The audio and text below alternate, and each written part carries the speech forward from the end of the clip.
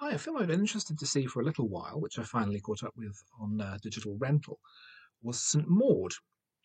It's been very highly acclaimed. It's been longlisted for a number of BAFTA awards, and it's apparently the debut of an important new voice in British horror cinema, Rose Glass, who's the writer-director and is here working on her first feature. It's the story of a young private nurse named Maud who is hired, or is rather contracted out by her agency to supply palliative care to a dancer who is dying of stage 4 cancer. Maud lives in a tiny bedsit in a side street in a seaside town, which is Scarborough, although it's unnamed during the film itself. And we quickly discover that she is extremely religiously devoted, and this comes into conflict with her relationship with Amanda, the dancer, who is cynical and has a cruel sense of humour.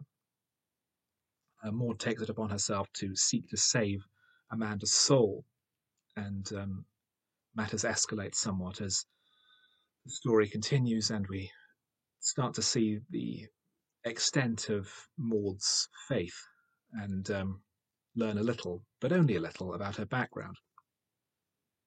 Now, this does not sound like a horror film, and it's really not a horror film at all. It's a drama about a woman whose descent into religious mania is symptomatic of deepening mental illness and post traumatic stress. But it's presented in the context of being a horror film. It's shot like a horror film. There are some completely unnecessary scare elements, particularly late in the film. And the music is very much horror film music, very generic horror film music that you would see in something like an A24 from Discordant Strings, that kind of thing. But it's much more about a woman whose psychological crisis has pushed her into adopting an extreme form of religious faith. The problem with this is that we get very little information about her background.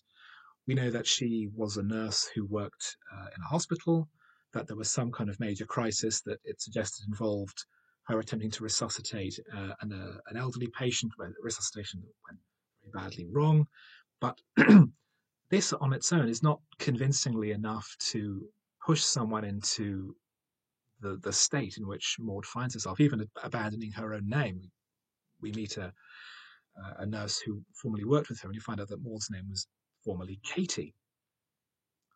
So it's a very unsatisfactory film in that it's very much in the style of a horror film and very superficially well made, well directed, very well acted, in fairness, by Meredith Clark and Jennifer Ely.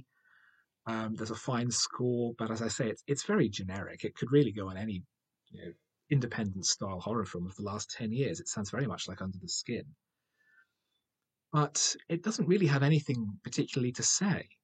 It dials back a great deal on the religious element by avoiding associating Maud with any particular religious faith or giving any kind of background as to how she arrived at this, the nature of her psychosis. Any kind of background to her at all is gone, and the audience has to fill in the gap from from nothing. I thought that it's comparable to trying to put together a jigsaw, except you don't have the box and you only have a third of the pieces. You can vaguely get an idea of what it might look like, but there's not enough to get the full picture. I've said before that when creating a film, it's important that you leave an element out that the audience is able to fill in themselves psychologically. But here, there's not enough to get a grip on. There's not enough to understand the reason why Maud is behaving like this, the reason why she has been pushed into this psychological situation. The film's ending, which I won't elaborate upon, does go fully into horror, but by that point it feels almost tacked on.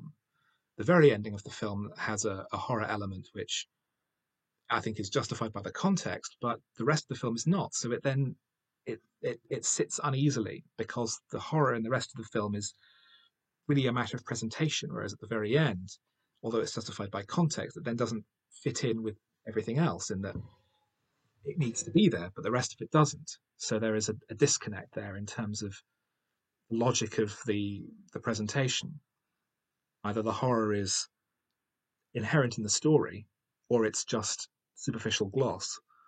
I've not classified this in the playlist as a horror film because it's just not. So although it's quite well acted and quite well made, and Rose Glass is someone who I'd be interested in seeing another work from, I honestly couldn't recommend this film because there's just not enough of it there. It fails to reach critical mass as a film, as a story, as a character study. There's not enough of it here for it to be a proper good film. Instead, you have maybe a third of what you need to actually justify the film as a whole.